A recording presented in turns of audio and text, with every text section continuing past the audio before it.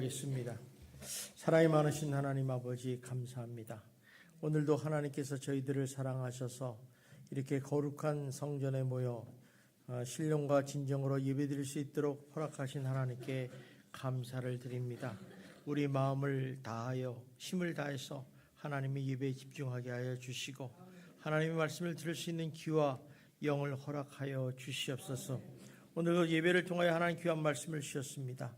아버지 하나님, 이 말씀이 아버지 지식으로만 남지 말게 하시고 내 마음판에 새겨 정말 사랑을 실천하는 거룩한 백성들이 되게 하여 주시옵소서. 요새는 아버지 말세지말이라 사랑이 사라지고 있다 합니다. 식어진다 합니다. 하나님, 우리의 소망교회 성도님만큼은 사랑이 활활 타올라서 아름다운 역사가 일어나게 하시고 사랑으로 충만한 성도들이 되게 하여 주시옵소서. 오늘 말씀을 전할 때 우리들의 마음판을 새기고 우리들의 마음의 문을 열고 귀를 열어 하나님의 음성을 들을 수 있는 복된 시간이 되게 하여 주시옵소서. 예수님 이름으로 기도드리옵나이다. 아멘. 여러분, 옆 사람하고 인사합시다. 날마다 좋은 일이 날 것입니다. 네. 한 번 더 인사합시다. 당신은 잘 되는 사람입니다. 네.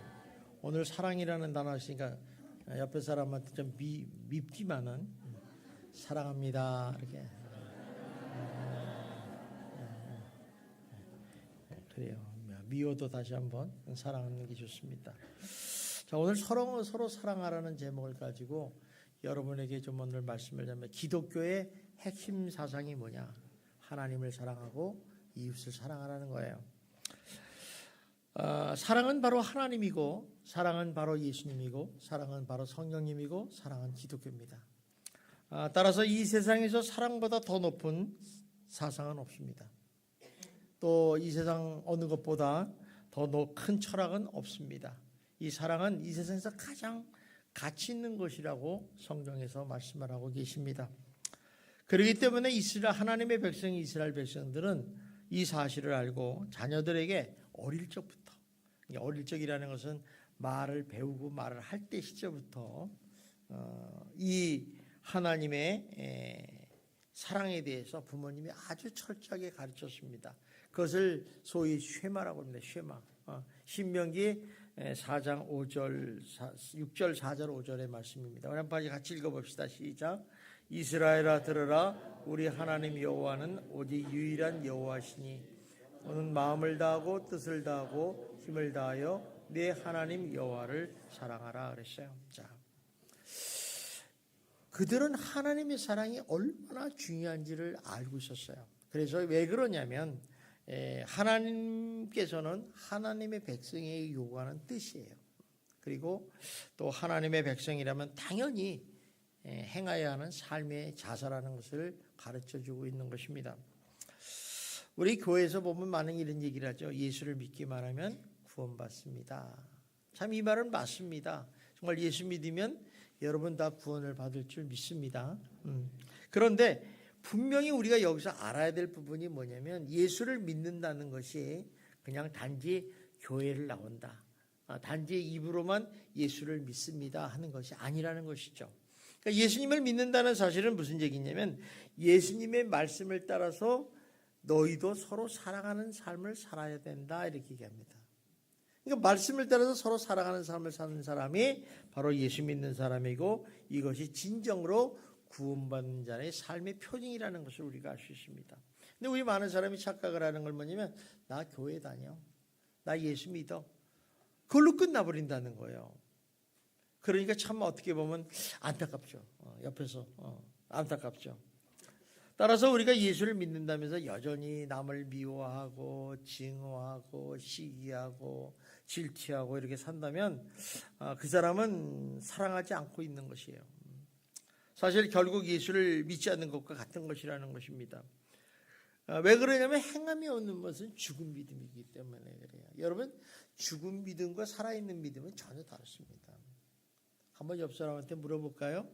여러분, 옆 사람한테 살아계십니까? 한번 물어보세요. 안 물어본 사람은 다 죽은 사람이에요.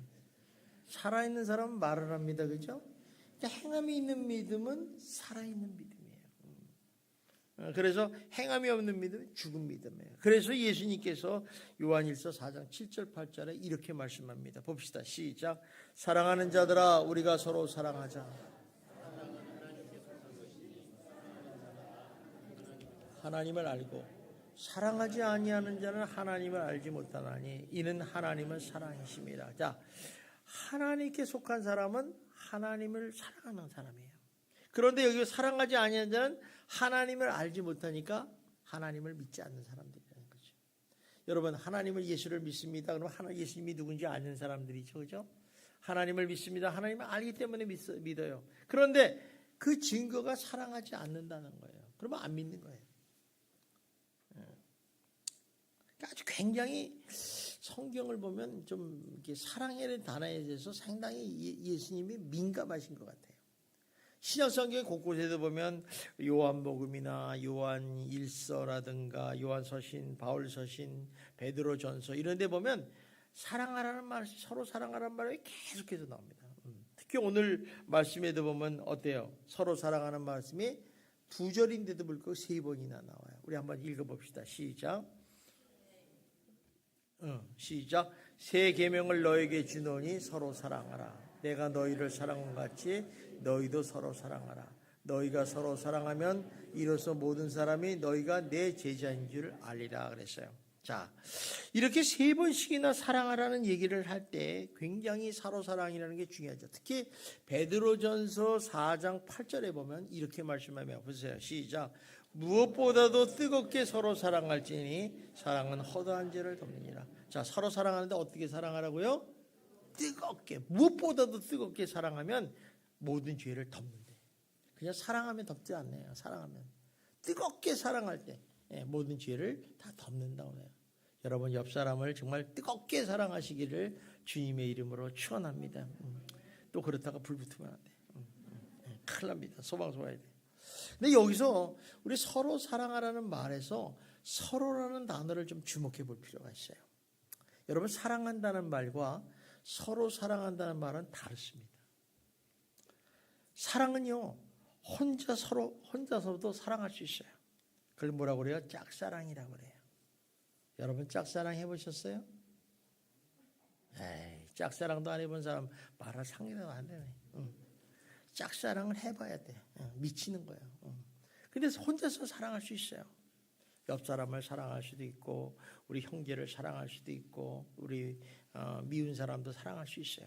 그런데 여기 서로 사랑하는 말은 혼자 할 수 없는 사랑이에요. 서로라는 걸 뭐예요? 둘이서 사랑하는 거 아니에요? 둘이서. 이렇게 그래서 이 서로 사랑한다는 얘기는 상호간에 서로 사랑하는 걸 말해요. 그러니까 이렇게 서로 사랑하려면 어떤 애냐? 같은 입장이 돼야 돼. 같은 입장. 너와 나와 똑같은 입장. 또 아니면 내가 높은 사람이야. 높은 사람인데 사랑하려니까 내가 낮아져서, 내가 정말 내려와서 사랑할 수 있어요. 이렇게 해야지 서로 사랑할 수 있어요. 그래서 예수님께서는 내가 너희를 사랑같이 너희도 사랑하라 하셔서 말씀하시면서 그 만왕의 왕이신 예수님께서 자기를 비워서 종의 형체를 가지고 이 세상에 오셨어요. 낮추셨죠. 그리고 우리를 사랑하기 위해서 십자가에 죽기까지 우리를 사랑하셨다는 거예요. 그러니까 예수님이 만왕의 왕이니까 절대 우리를 사랑할 수 없어요. 그런데 그 사랑을 보여주기 위해서 낮아지셨다는 거죠. 이것이 복음적인 사랑입니다. 그래서 복음적인 사랑은 특징은 뭐냐? 먼저 사랑하는 거예요. 우리 한번 따라합시다. 먼저 사랑하는 것이다. 그러니까 사랑은요, 먼저 하는 거예요. 옆에 사람이 나를 미워해도 사랑합니다. 자꾸 사랑을 두드려야 돼요. 그 이유는 뭐냐면 하나님께서, 예수님께서 먼저 우리를 사랑하셨어요. 여러분들이 예수 믿고 구원받은 것은 하나님이 우리를 사랑하셨기 때문에 우리를 택하시고 부르셨어요.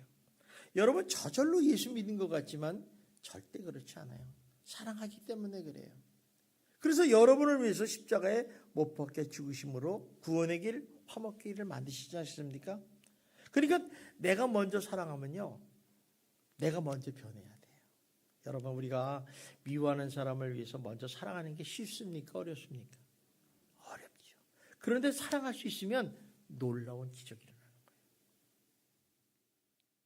그러니까 먼저 내가 사랑을 해야지 내가 먼저 변해야 되는 거예요. 그러면 상대방도 변하는 놀라운 기적이 일어날 줄 믿습니다. 여러분, 집에서 남편이 꼴도 보기 싫어. 아우, 웬 수양이야. 그런데 그러지 말고 먼저 사랑의 말을 하세요. 여보, 내가 당신을 사랑해. 그러면요, 남편도요 갑자기 눈물을 뚝 흘리면서 변했다니까요. 기적이 일어난다니까. 꼴보기 싫다가 안 보면 큰일 나요. 그게 깊어지면 어때요? 너와 너 아이는 남남이다 하고 이혼하는 거예요. 그러니까 서로 사랑하세요. 또 서로 사랑하는 말에는 하나님 사랑과 이웃 사랑이 통합된 거예요. 그러니까 뭐 인간끼리만 사랑하려는 게 아니라 하나님과 이웃 사랑이 통합된 거죠. 그러니까 하나님께서는 지극히 낮은 형제를 사랑하는 것이 하나님을 사랑하는 것과 동일하다고 얘기를 하세요. 저 가난한 자에게 나를 도와준 것이 나를 도와준 것이다, 이렇게 얘기하시지 않습니까? 그러니까 하나님은 서로 사랑이라는 단어는 이렇게 동일하게 생각을 하신다는 거예요. 그래서 주의 이름으로 의를 행하지 않는 자나 형제를 사랑하지 않은 것은 바로 죄고 하나님께 속하지 않은 것이라고 말씀을 하는 것입니다. 그래서 요한일서 3장 10절에 분명히 말씀하세요. 보십시다. 시작. 이러므로 하나님의 자녀들과 마귀의 자녀들이 드러나나니 무릇 의를 행하지 아니하는 자나 또는 그 형제를 사랑하지 않은 자는 하나님께 속하지 아니하니라. 자, 봅시다. 여러분의 하나님의 자녀입니까? 마귀의 자녀들입니까? 아이, 그렇죠. 마귀의 자녀들은 어떠냐? 의를 행하지 않는데, 의라는 게 뭐냐면 하나님 말씀대로 살지 않는데, 또 형제를 사랑하지 않는데, 이 사람은 하나님을 속하지 않은 사람이다. 마귀 새끼 되게. 이 안에도 마귀 새끼가 있을 수 있어요? 혹시 내가 마귀 새끼가 아닌가 생각해요. 새끼라고 그러니까 좀 미안하죠? 마귀 자녀시죠. 근데 우리는 다 하나님의 자녀가 되어야 될 줄 믿습니다. 그렇기 때문에 우리가 이렇게 하나님을 사랑하는 것이 이렇게 중요한 거예요. 형제를 사랑하는 게 이렇게 중요한 거예요.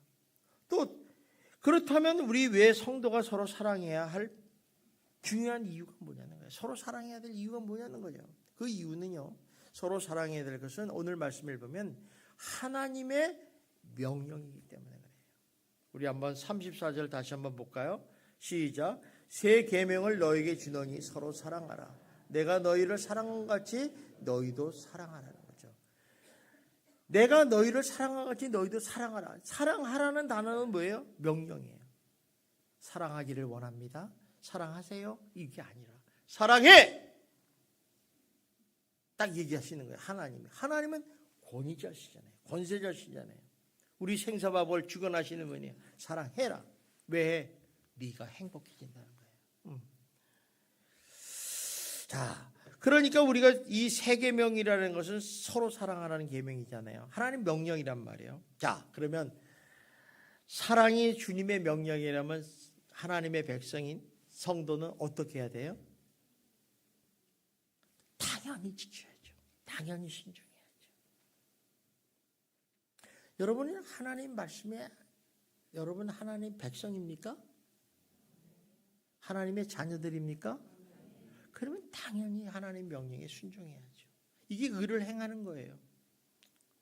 그러니까 하나님의 백성이 성도라면 당연히 순종해야 한다는 것이죠. 사랑에 순종할 수 없는 명령이라면 하나님께서 우리에게 요구하지 않는다는 거예요. 근데 여러분 성경을 보면요, 이 성경 66권이 하나님의 말씀입니다. 그죠? 이 말씀의 내용을 보면요, 하나님이 우리가 지키지 못할 내용은 하나도 없어요. 그런데 우리는 어때요? 처음에 하나님 말씀을 딱 보니까 이거 난 못 지키겠는데? 야, 오른밤을 떼니까 왼밤을 떼래. 이거 못해, 막아야지. 네? 속옷을 달랬는데 겉옷도 벗어주래. 야, 이게 있을 수 없는 일이야. 이렇게 비판을 한단 말이에요. 그런데 주님은 그렇게 할 수 있다는 거예요, 너희들이. 그러니까 순종할 수 있기 때문에 하나님께서 사랑하라고 명령하시는 거예요.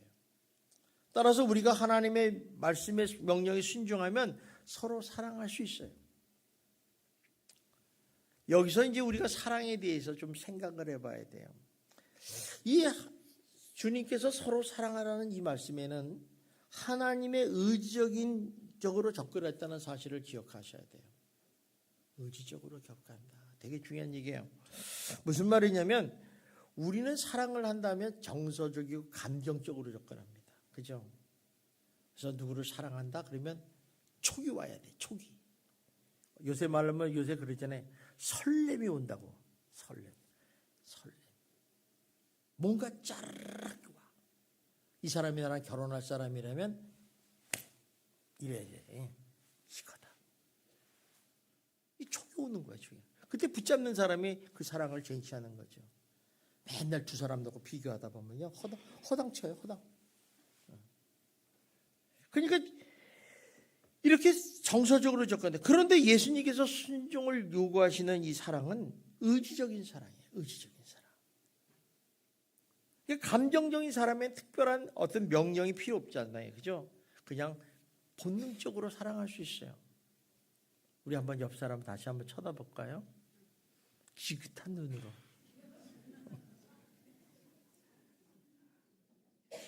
뭔가 필이 오십니까? 별 볼 일 없어? 소용없는 거예요. 자, 그렇다면 우리가 이렇게 예수님의 말씀을 사랑하는 의지적인 사랑이기 때문에 명령과 순종의 상호작용이 적용하는 거예요. 아, 하나님이 명령하시면 이거는 내가 내 감정으로 하는 게 아니라 의지적으로 사랑해야 되겠다. 이렇게 생각하는 거죠. 그러면 사랑을 하는데 왜 의지적인 사랑을 하라고 명령을 하는가? 하나님은요, 전지하신 하나님이에요. 우리의 모든 것을 아시는 분이에요. 우리의 연약함도 아시고 부족함도 아시고 우리가 사랑하지 못하는 걸 아시는 하나님께서 이렇게 서로 사랑하라고 명령하시는 이유는 우리에게 순종할 수 있는 능력이 있기 때문에 그렇다는 거예요. 따라서 예수님께서 우리의 감정이 허락하지 않는 사람에게도 사랑하라고 명령하시는 거예요. 예를 들면 이런 거죠. 주님께서 원수를 사랑하라. 여러분 그 말 만나면 경기하는 사람이 있어요. 원수를 사랑하라. 그럼 뭐라고 그래요? 저 사람만은 제외. 저 사람만은 사랑할 수 없습니다. 저 사람만 제외하고는 다 사랑할 수 있어요. 거짓말이에요. 뭐 그 사람만 사랑 안 한다고 다 할 수 있겠어요? 이렇게 대답하기에 예수님께서 서로 사랑하라고 명령하시는 거예요. 따라서 우리가 사랑하지 못하는 이유가 두 가지가 있어요. 한번 생각해 보세요, 여러분. 사랑을 감정적으로 생각하기 때문에 감정적. 여러분이 성도님들끼리 서로 교제를 하면서 나눌 때 사랑을 감정적으로 사랑하니까 인간적인 문제가 생겨요. 시험이 들어요. 아유, 제가 저럴 수 있는가? 그죠? 그러나 이게 의지적인 사랑으로 하면 절대 안 그래요. 또 사랑하려고 순종하지 않는다는 거예요. 그래서 물어봐요. 왜 당신은 서로 사랑하지 않습니까? 그러면 변명을 해요. 핑계를 대요. 사실 거듭난 그리스도인이라면 그냥 그리스도인은 아닌데 거듭난 그리스도인이라면 로마서 5절 말씀에 의지해서 우리에게 사랑할 수 있는 능력을 부어주시다는 깨닫게 됩니다. 우리 한번 로마서 5장 5절 볼까요? 시작. 소망이 우리를 부끄럽게 하지 아니함은 우리에게 주신 성령으로 말미암아 하나님의 사랑이 우리 마음에 부음받았다. 성령께서 우리에게 사랑하는 마음을 주셨다는 거예요. 여러분, 우리가 하나님의 형상을 회복하자는 게 뭔 줄 아세요? 하나님의 사랑을 회복하는 거예요. 여러분이 뭐 예수님을 뭐 닮아가면 얼마나 닮아가요? 뭘 닮아가겠어요? 성령의 9가지 열매의 핵심은 뭐예요? 사랑이에요. 성경 66권의 핵심은 사랑이란 말이에요. 사랑. 이걸 닮아가야 되는 거예요. 근데 성령께서 부어주셨다는 거예요. 그러니까 우리는 사랑할 수 있는 사람들.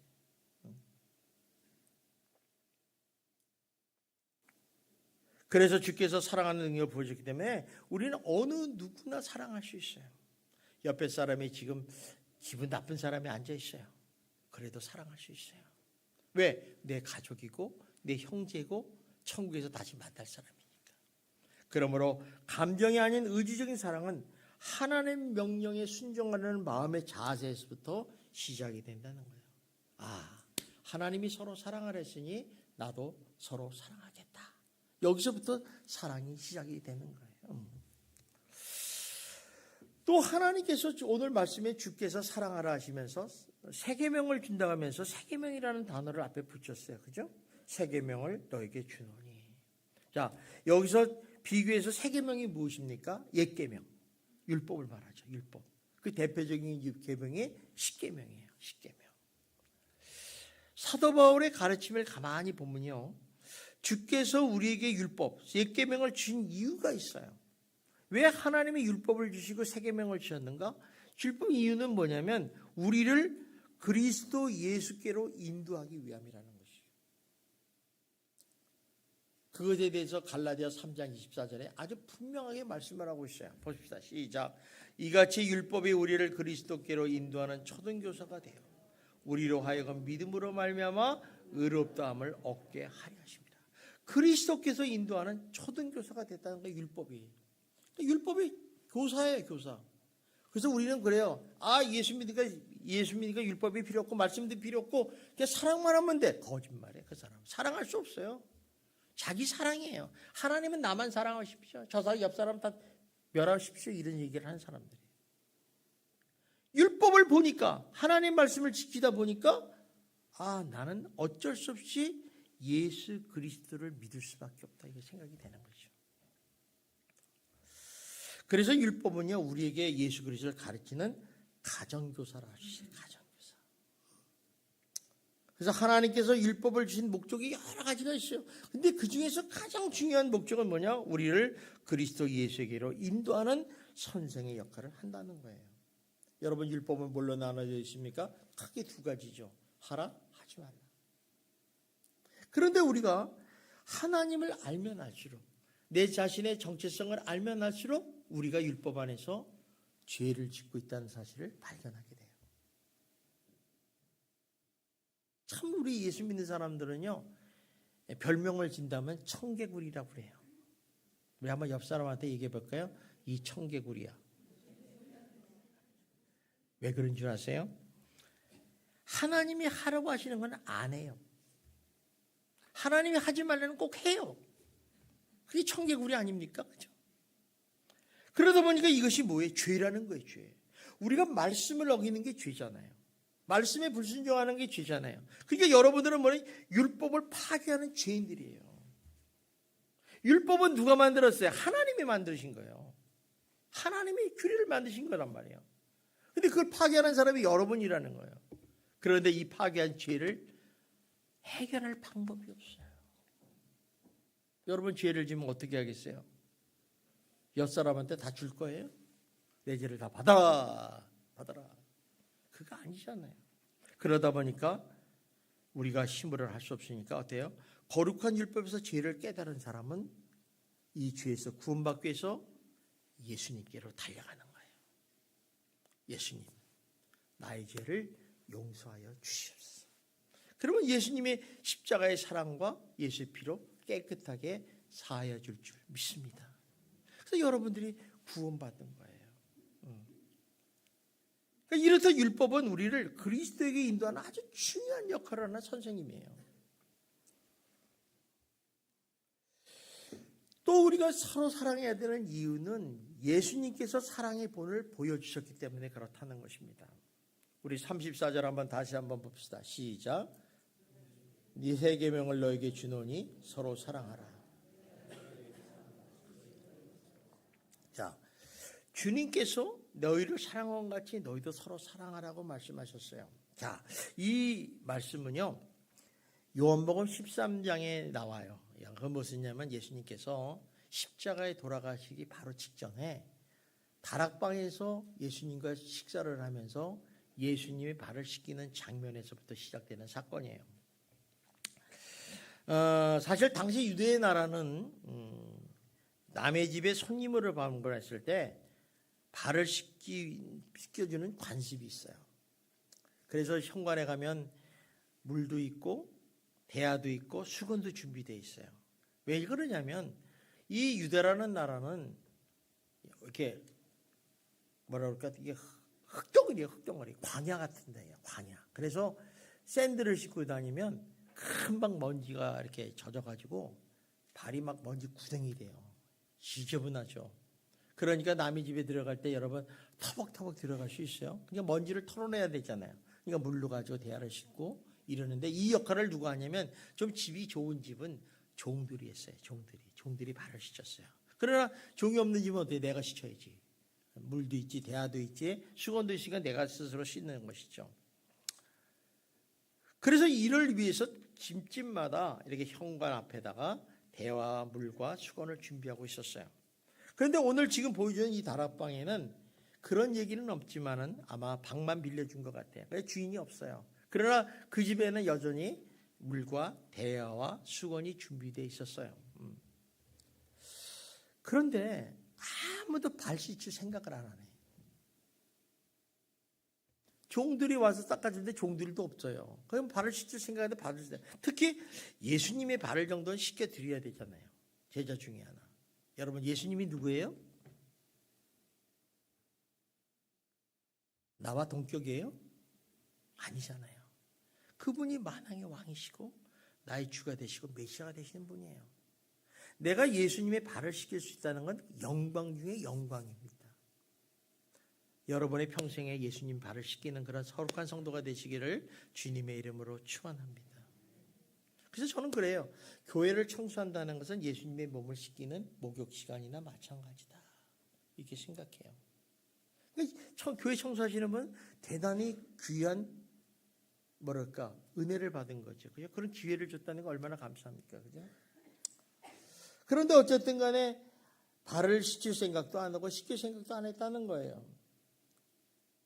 아무도 발을 씻을 생각 없이 그냥 씻을 생각 같다는 건 그 안에 종이 없었다는 거죠. 종이 없었다는 거죠.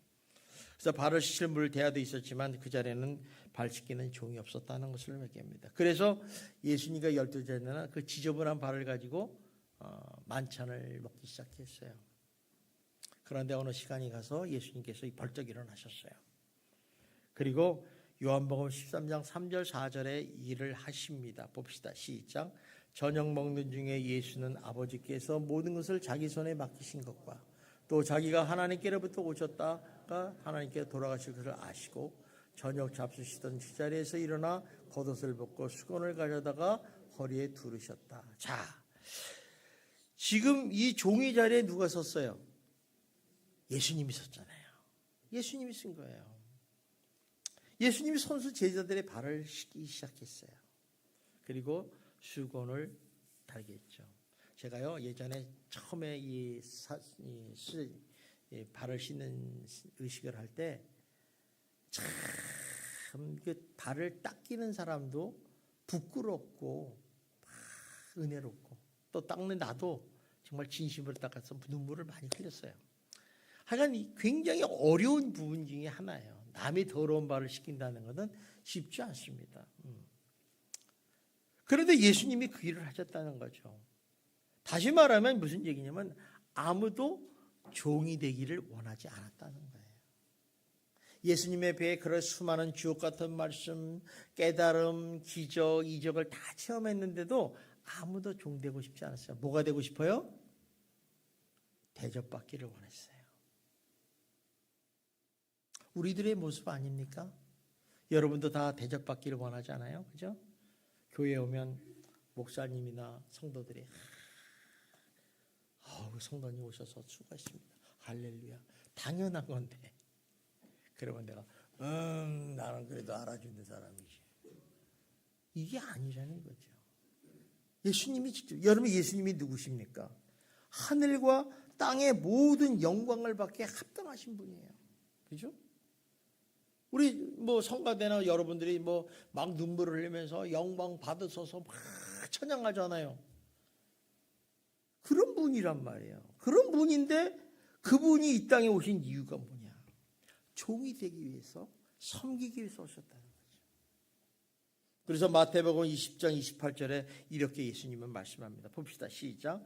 인자가 온 것은 섬김을 받으려 함이 아니라 도리어 섬기려 하고 자기 목숨을 많은 사람의 대속불로 주려 합니다. 섬기려 왔기 때문에 자기 목숨을 남에게 줄 수가 있어요.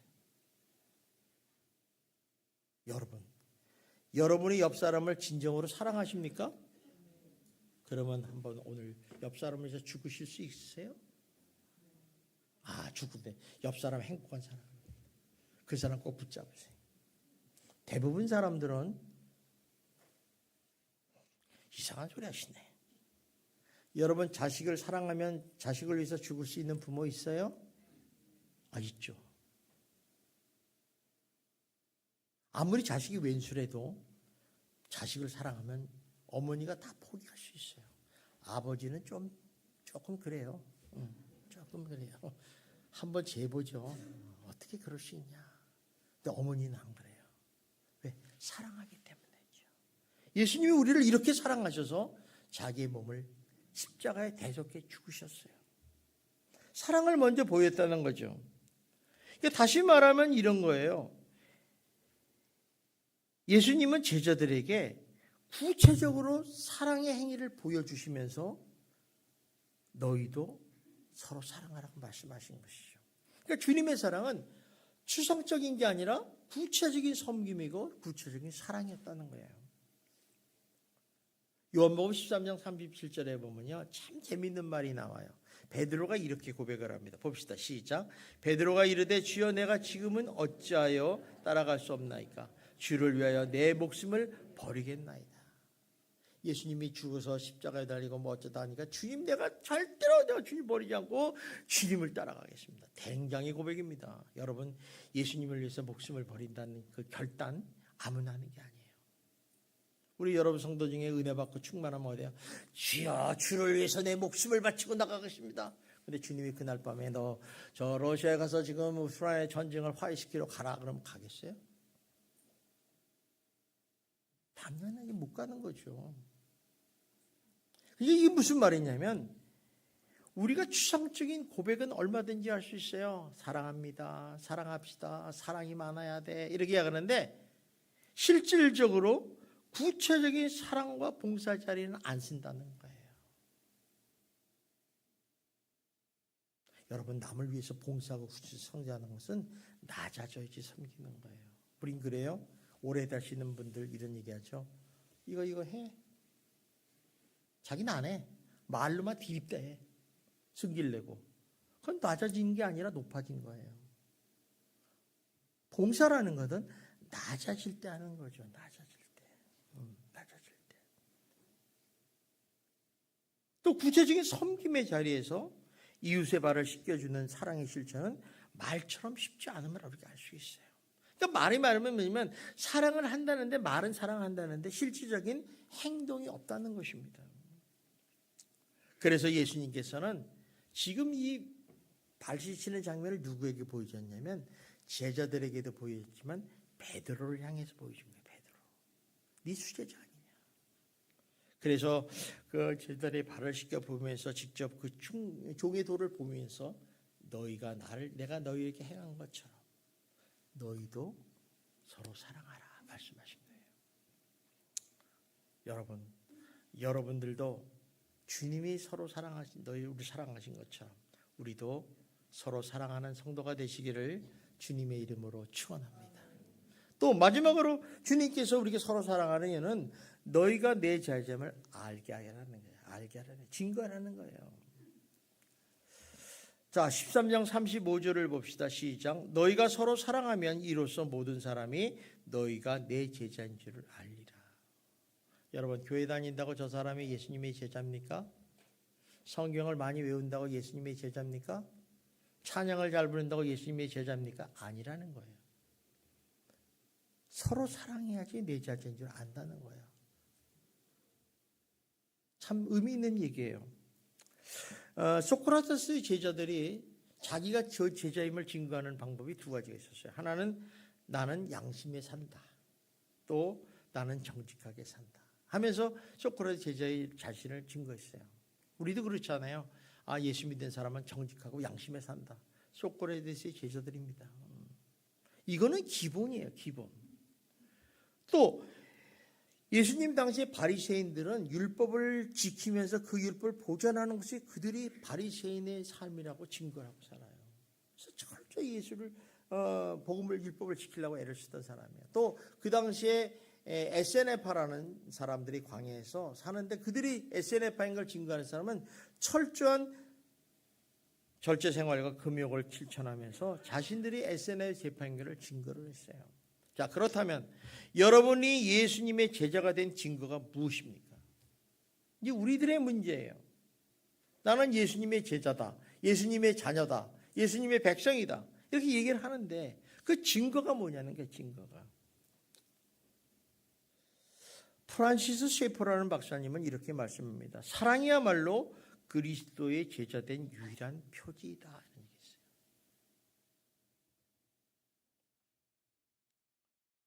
그렇습니다. 예수님은요, 너희들이 성경을 옆에다 끼고 다닌다고 예수님의 제자도 아니고, 또 교회 다닌다고, 또 뭐 찬양을 부른다고 너희가 내 제자도 아니다 이거죠. 너희가 사랑하면 이로써 모든 사람이 너희는 내 제자임을 안다고 말씀하셨어요. 그러니까 우리는 사랑해야 돼요, 말아야 돼요? 사랑해야죠. 우리 한번 옆 사람 한번 진짜 기쁜 마음으로 사랑합니다. 한번 얘기해 봅시다. 아주 시원치 않아. 다시 한번 손 잡으면서 사랑합니다. 그렇지. 그래요. 예수 그리스도를 그리스도답게 만드는 아주 중요한 포인트 사건이 뭐냐면 십자가의 사랑이에요. 예수님이 나를 위해서 십자가에 못 박혀 죽으셨다. 이게 예수 그리스도를 그리스도답게 하는 거죠. 예수님이 어떤 분이에요? 바로 이 사랑 때문에 자신을 십자가에 못 박히신 분이에요. 그러니까 우리는 예수님이 누구냐 물어보면 그분이 나를 사랑하셔서 나의 죄를 위해서 십자가에 못 박히시 돌아가신 그 사랑의 하나님, 이렇게 고백하면 되는 거예요. 뭐 예수님이 나사렛에서 목수로 하다가 뭐 베들레헴에서 태어나고 뭐 어쩌고저쩌고 그런 거 다 소용없어요. 이력이 무슨 소용이 있어요? 중요한 건 예수님이 이런 분입니다. 왜 오늘날 이 세계 교회 세계를 복음화시키지 못하는 이유가 무엇인가? 교회가 진정한 능력을 나타내지 못하는 이유가 어디에 있습니까? 우리나라 기독교 인구이 5천만 명 중에 600만 명이라고 그래요. 많습니까? 적습니까? 무지 많아요. 근데 왜 우리나라가 복음화되지 못하느냐 이거예요. 그 이유는 딱 하나예요. 여러분, 전도는 많이 합니다. 전도를 열심히 내는 것은 참 훌륭한 일이에요. 그죠? 우리 교회도 전도 열심히 합니다. 그런데 전도만 가지고 세계를 복음화시키는 역부족이라는 거예요. 왜 그러냐면 거기에 진정한 사람이 함께하지 않는다면 어떤 애써도 전도에도 열매를 맺지 못하기 때문에 그래요.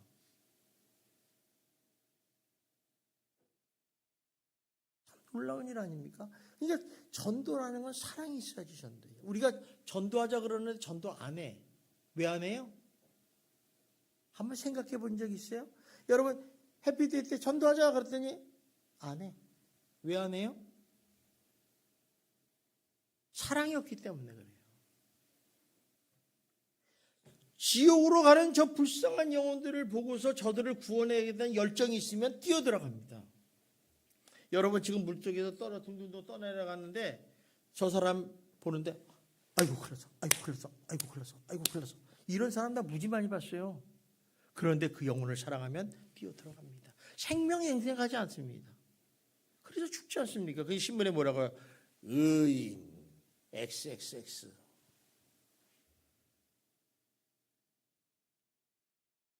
여러분, 우리가 영혼을 사랑한다는 게 이렇게 중요한 거예요. 이렇게 중요한 거예요. 한 영혼을 돌보고 한 영혼을 정말 위해서 사랑하고 우리 마음을 내어주고 이웃의 발을 씻어주는 진정한 사랑의 섬김이 수반되지 않으면 전도는 힘을 발휘하지 못하는 거예요. 참된 절매의 열매는요, 한 영혼을 향해서 주님이 하셨던 구체적인 사랑과 섬김을 보여줄 때 가능한 거예요. 우리가 새로운 성도님이 교회에 들어오시잖아요. 여러분 어떻게 행동하십니까? 사랑을 보여줘야 돼요. 새로운 분이 어떤 공동체에 처음에 왔을 때 얼마나 쑥스럽고 어렵겠어요. 참 낯가림이 심하신 분은 더 힘듭니다. 그런데 그들은 어때요? 누군가가 나한테 다가와주기를 원하고 누군가 나를 알아주기를 원하고 누군가 나를 붙잡아주기를 원하는 분이 대부분이라는 거죠. 몰라도 괜찮아요. 무슨 동물원에 원숭이 보듯이 보지 말고 오시면 어떻게 해야 돼요? 잘 오셨습니다. 처음 뵙습니다. 우리 서로 사랑합시다. 이 한마디가 엄청난 영향을 준다는 거 아십니까? 이게 사랑의 실천이에요. 그래도 사랑이 전도의 열매를 맺게 한다는 거예요. 수많은 사람이 전도를 해서 교회는 데려왔지만 열매를 못 받는 이유가 바로 거기 있다는 것이죠. 여기에 진정한 사랑의 소명이 있는 것입니다. 오늘 이 서로 사랑하는 메시지를 만드신 사도 요한이라는 사람은 전 일생에 통해서 요한복음, 요한 1, 2, 3서, 베드로전서 이런 사랑을 통해서 제일 마지막에 사랑을 강조했어요. 그분은 요한 1서에서 최고로 강조하는 것이 서로 사랑하라는 얘기예요. 사실 이 사람은 한평생 반모섬에서 고생하다가 90세에 나오게 됩니다. 그래서 에베소에 머물면서 제자들의 팔을 부축을 받으면서 설교를 해요. 설교 제목이 뭔지 아세요? 서로 사랑하자. 어김없이 사랑하자는 얘기를 해요. 그래서 제자들이 하도 듣기 싫어가지고 선생님 오늘은 좀 새로운 설교 없습니까? 그랬더니 예수님 사도 요한이 내가 너희들에게 새로운 설교를 하느니 서로 사랑하라. 얼마나 사랑하라면 이렇게 말씀하시겠어요? 여러분 오늘 하나님께서 이 말씀을 주신 것은 우리 예수만교회가 정말 주님 앞에 가는 그날까지 서로 사랑하시는 성도 여러분이 되시기를 주님의 이름으로 축원합니다. 그래서 사랑하면요 내 마음에 기쁨이 팍 터져요. 내가 행복해져. 그 사랑을 전하면 되는 거예요. 우리 마지막으로 한번 진짜로 옆 사람한테 사랑합니다. 네. 우리 한 번 더 합시다. 뒷사람한테 사랑합니다. 네. 사랑이 넘쳐요? 예, 기도합시다. 사랑이 많으신 하나님 아버지 감사합니다. 하나님께서 저희들을 사랑하셔서 서로 사랑하라고 말씀합니다. 서로 사랑하면 내 제자인 줄 알리라고 말씀하신 주님. 우리 예수님께 성도님들 다 서로 사랑하셔서 내 마음에 행복을 느끼게 하시고 기쁨을 느끼게 하시고 사랑하다가 주님 앞에 가는 그날까지 하나님의 행복한 인생을 살아갈 수 있도록 인도하여 주시옵소서. 예수님 이름으로 기도하옵나이다.